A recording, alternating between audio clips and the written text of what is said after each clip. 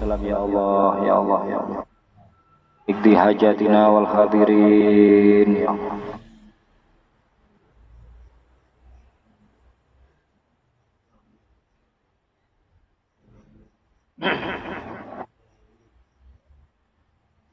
Allahumma barik lana fi amalina wa rizqina kama barakta ala sayyidina Anas bin Malik radhiyallahu anhu.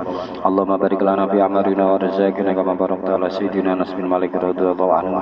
Allahumma barik lana fi amalina wa rizqina kama barakta ala sayyidina Anas bin Malik radhiyallahu anhu. Jazakallahu sayyidina Muhammadan sallallahu alaihi wasallam wa sallallahu ala sayyidina Muhammadin wa ala alihi wasallam baraka salam. Walhamdulillahirabbil alamin. Alhamdulillah kula panjenengan dalu punika ziarah ten Wiro Tiso, alune Tiso napa niki kan? Terek Kuncen. Selene badhe ziarah ten Mbah Ki Mukhtar. Wonten kondisi jawah, wonten iyup-iyupe niki ziarah masih dalam wilayah napa Wiro Tiso. Desa Pekuncen, belakang Polsek Wiro Tiso. Kalau beberapa versi, kalau yang pertama dari mulut ke mulut, terutama dari juru kunci, itu beliau adalah Kiai Penatas Sangin ya. Beliau Kiai Penatas Sangin dan makamnya ada di Wiro Tiso.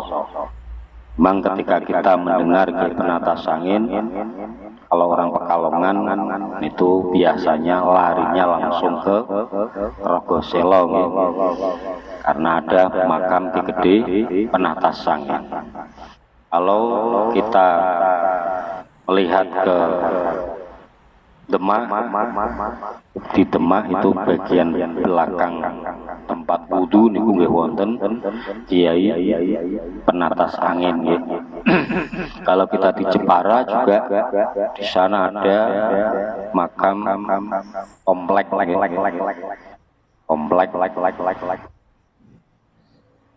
boten di Jepara, boten lepat di Jepara napa ten Grobogan. Grobogan niku wonten komplek semuanya adalah Penatas Angin. Maka Penatas Angin ini kalau kita tarik bahwa yang pertama cikal bakal Penatas Angin niku ada di Rogoselo yang nama aslinya adalah Syekh Abdus Salam. Beliau golongan daripada Maulana Maghribi yang 40 orang delegasi kedua penyebaran agama Islam di Nusantara, terutama di Jawa ya. Karena pada waktu itu sudah ada peradaban yang besar, yaitu Majapahit dan Kerajaan Pasundan ataupun yang terkenal dengan Kerajaan Pajajaran. Pada tahun 1300, awalnya berdirinya tahun 1280-an, niku Kerajaan Majapahit hingga menguasai Nusantara. Hanya banyak negeri-negeri yang kepingin melihat tanah Jawa. Jadi di akhiran ketika sekarang di tanah Jawa ini masih mengundang misteri, dan tanah Jawa ini termasuk orang-orang luar negeri pun kadang ingin ngerti ya. Baik itu orang-orang yang agamis maupun yang agamis. Yang agamis yang tahu mungkin tidak ada peta di Indonesia ini wonten Pekalongan gitu, maksudnya global. Ingin mengerti Pekalongan itu di mana. Karena kalau melihatnya peta dunia, Pekalongan tidak akan muncul yang ada negeri-negeri. Ternyata di Pekalongan ini pengumpul ulama-ulama sufi fil alam, sufi internasional, yaitu di dalam beliau Maulana Habib Muhammad Lutfi. Kalau orang-orang yang bukan agamis ya juga ingin mengetahui bagaimana Jawa itu, sehingga peradaban pada waktu itu, sehingga sampai mengundang kerajaan Tartar ataupun kerajaan Mongol juga ingin menguasai tanah Jawa. Niku ceritane masyhur bahwa kerajaan Mongol ingin menguasai pada waktu itu belum berdiri Majapahit, masih kerajaan Singosari yang tempatnya ada di Malang. Sudah masyhur, itu tidak perlu kita ceritakan. Artinya dari masa ke masa tanah Jawa ini, apalagi disusul dengan kerajaan Majapahit yang sampai menguasai Nusantara pada waktu itu, Malaysia, Brunei, Vietnam, itu masuk wilayah Nusantara yang apa istilah yang terkenal dengan sumpahnya Gajah Mada, ingin menyatukan Nusantara. Ini tentunya tanah Jawa ini menjadi perbincangan internasional pada waktu itu. Dan sebelumnya itu ada yang terkenal Ratu Sima, itu juga terkenal dengan kerajaan Kalingganya, yang pada waktu itu yang lain itu hanya ini dituliskan di dinasti Ming ataupun kerajaan Cina pada waktu itu sudah memberikan satu catatan bahwa kerajaan Kalingga yang lainnya itu kapal paling panjang 30 meter, Ratu Sima itu sudah memiliki kapal yang panjangnya 60 meter pada waktu itu. Berarti peradabannya hebat. Terus dari kerajaan Kalingga turun, kerajaan Salaindra turun mana di kerajaan Singosari, kerajaan Majapahit sampai Demak, dan disusul dengan kerajaan Mataram Jogja, itu dari masa ke masa. Hanya kalau dilihat dari itu, beliau yang kita ziarah ini bukan penatas angin yang ada di Rogoselo. Beliau orang tersendiri karena beliau termasuk awal daripada yang bernama Syekh Abdus Salam ataupun Sayyidi Syekh Abdus Salam yang bergelar dengan Kiai Gede Penatas Angin. Terus yang ada di Purwodadi itu zaman kerajaan Demak, bahkan beliau dinamani Penatas Angin Ranten. Ada penyerangan kerajaan Demak setelah Raden Fatah Nikusetyo, Adipati Unus ataupun yang terkenal dengan Pangeran Seberang Lor, ini sempat menyerang Portugis yang ada di Malaka. Ini dengan Adipati Unus ataupun Seberang Lor ini wafat ataupun gugur di medan perang, sehingga ada orang yang bisa mengendalikan angin koyo Nabi Sulaiman, sehingga beliau sampai ikut ke Jawa mengantarkan jenazah daripada Pangeran Seberang Lor ataupun Pangeran Adipati Unus ini, dan beliau akhirnya sampai menetap bersama dengan pasukannya itu beliau sampai semuanya dimakamkan di mana?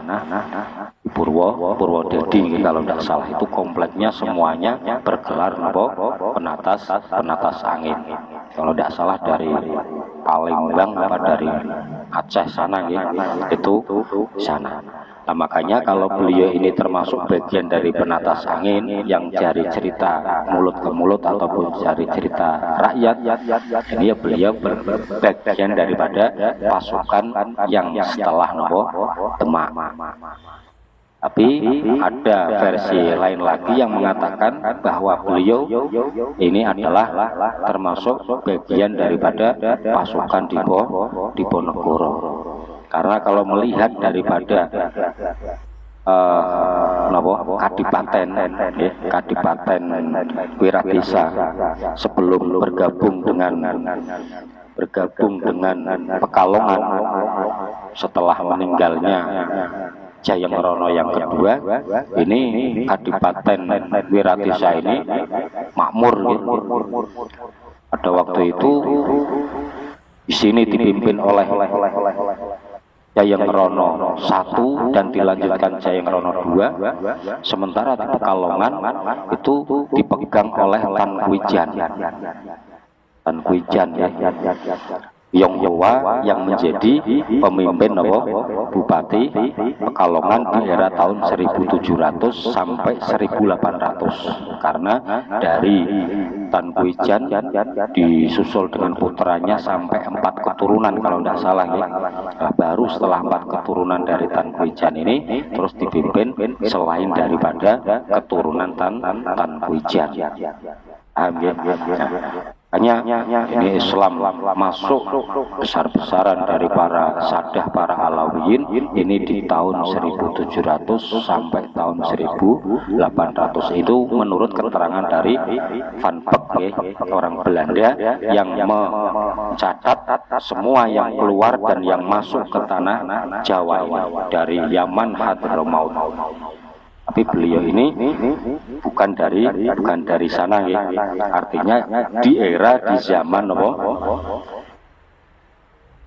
Jayengrono II dan memasuki perang di Ponegoro dan bagian daripada pasukan di Ponegoro. Karena apa? Karena Masjid Qadim itu waktu di zaman Syarif Husain, Masjid Qadim ini pernah dibumi hanguskan, pernah dihancurkan oleh Belanda. Walaupun masih ada beberapa sisa puing-puing, tapi yang jelas sempat dihancurkan. Sehingga putra-putra daripada Syarif Husain ini dua membantu peperangan di Ponegoro sampai hijrah ke Ngalian Wadas Lintang Wonosobo. Yang satu yaitu Said Alwi, beliau menjadi bupati di Purworejo, Jawa Tengah, dan beliau dimakamkan di Semarang di Wondoria. Ikut kakeknya. Nah, sementara yang satu yaitu Raden Saleh, beliau berjuang tapi tidak di Jawa. Ini coro bahasane, mereka ini berjuang dengan tenaga dan bala tentaranya ya. Tapi sementara Raden Saleh, orang Eropa menjajah Jawa. Sementara Raden Saleh seorang diri menjajah Eropa dan sekitarnya. Orang Eropa itu takluk tunduk dengan Raden Saleh, sehingga mereka orang Eropa, orang Jerman, orang Prancis menjuluki Raden Saleh itu adalah Pangeran Hitam dari Timur. Jadi ya meskipun Raden Saleh itu ranah Arab, tapi si ono ireng-irengnya dibanding karo wong endi? Wong Eropa ya. Makanya julukannya Pangeran Hitam dari Timur. Dan beliau kemana-mana tetap pakainya blangkon. Ya ora ditembak, ora dibunuh, ora dihukum mati oleh orang Eropa yang ada di sana. Padahal Raden Salehnya orang Jawa, yang mana orang Jawa pada waktu itu berusaha dijajah. Walaupun saya sering mengatakan Indonesia tidak pernah dijajah, karena tidak pernah terjadi penjajahan, karena kita selalu melawan ya. Tidak pernah kita mau dijajah. Walaupun mereka di sini, tapi Raden Saleh sendiri menjajah di Eropa, di Prancis, di Jerman ya, dan di daerah Eropa lainnya. Itu bagian dari sejarah. Makanya Pulau Panjenengan ketika ziarah di beliau yang dikatakan oleh dari cerita rakyat, mulut ke mulut. Beliau adalah penatas angin, monggo itu yang sudah dipegangi. Tapi versi yang kedua, beliau di zaman Jayeng Rono II dan masuk pada era perang Diponegoro. Dan beliau termasuk yang membantu Mbah Sayyid Abdullah Fakih. Sayyid Abdullah Fakih itu adik dari Syarif Husain yang makamnya ada di belakang persis pengimaman Masjid Al-Qadim. Beliau membantu secara perjuangan daripada Syarif Husain. Beliau membantu secara perjuangan daripada Sayyid Abdullah Fakih. Jadi kakak beradik ini dimantu karo Jayeng Rono. Yang satu Syarif Husain, yang satu adalah Sayyid Abdullah Fakih dan termasuk Ahmad bin Muhsin Ba'bud itu termasuk menantu daripada Jayeng Rono. Jayeng Rono itu seorang turunan dari Sunan Derajat, turunan dari Sunan Derajat ataupun Sunan Sendang Dhuwur. Di sisi lain beliau mantune para habaib ini, termasuk Syarif Husain, Sayyid Ahmad bin Muhsin Ba'bud, termasuk Sayyid Abdullah Fakih. Jadi Jayeng Rono ini dan orang kaya raya yang dipercaya oleh Dendeles untuk membangun jalan Pantura berapa kilometer itu, termasuk cara saniki nungun namine pemborong waskita waskitane Jayeng Rono. Jayeng Rono ku sudiye akhirnya mantu-mantune seorang alim-alim dan turunan daripada baginda Nabi Shallallahu Alaihi Wasallam. Iku mawon dan sebenarnya masih banyak ke daerah Terto, ke daerah wilayah Terto maksudnya itu di era zaman Jayeng Rono I dan Jayeng Rono II. Bahkan wonten termasuk abdi daleme Jayeng Rono setelah Jayeng Rono I meninggal, beliau akhirnya Jayeng Rono II juga meninggal. Beliau akhirnya menetap di daerah Tertonan mereka masing desa napa kula kesupen. Beliau akhirnya di situ dakwah dan dimakamkan di situ menjadi seorang mubalek, dan sampai sekarang makamnya di ziarah biasa ada sejarah mengatakan beliau masih zaman Wali Songo dan sebagainya. Tapi menurut data yang ada, beliau adalah abdi dalam daripada Jayeng Rono II, dan setelah Jayeng Rono II wafat, beliau kodim barang dibom, akhirnya beliau menyingkir dari kauman Wiratesa dan lebih senang menetap di kampung dan berdakwah di sana. Mawon mugi-mugi manfaat. Allahumma amin. Maulaya sholli wa sallim daiman abada ala habibika khairi khalqi kullihim huwal habibul ladzi turja syafa'atuhu. Ahwali muqtahami ya Rabbi bil Mustafa baligh maqasidana waghfir lana ma madha ya wasi'al karam ya Allah biha ya Allah bi husnil khatimah taqabbalallah.